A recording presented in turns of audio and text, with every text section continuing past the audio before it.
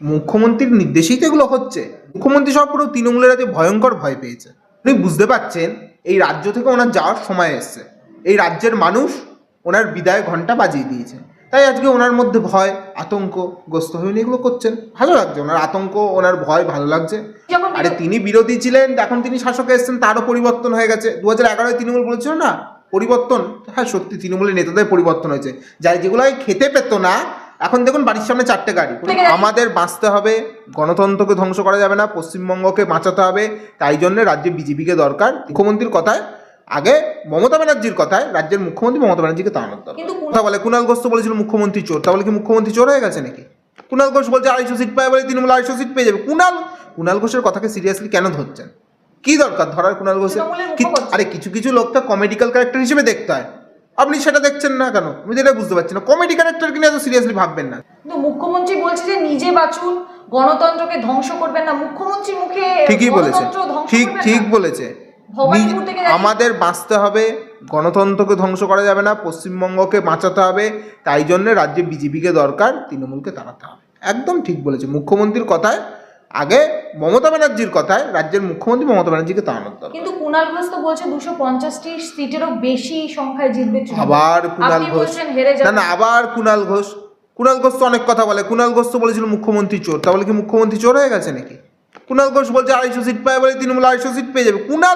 কুণাল ঘোষের কথাকে সিরিয়াসলি কেন ধরছেন? কি দরকার ধরার কুণাল ঘোষের?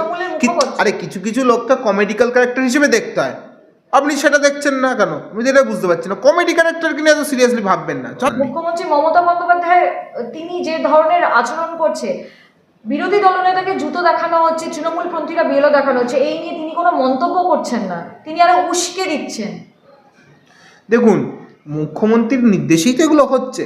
মুখ্যমন্ত্রীর নির্দেশ না থাকলে, তিনি বিরোধী ছিলেন, এখন তিনি শাসকে এসেছেন, তারও পরিবর্তন হয়ে গেছে। 2011-এ তৃণমূল বলেছিল না পরিবর্তন, হ্যাঁ সত্যি তৃণমূলের নেতাদের পরিবর্তন হয়েছে। যাই যেগুলো খেতে পেত না, এখন দেখুন বাড়ির সামনে 4টে গাড়ি। পরিবর্তন হয়েছে, ভয়ঙ্কর পরিবর্তন হয়েছে। আর উন্নয়নের পাঁচালী হচ্ছে কেষ্ট।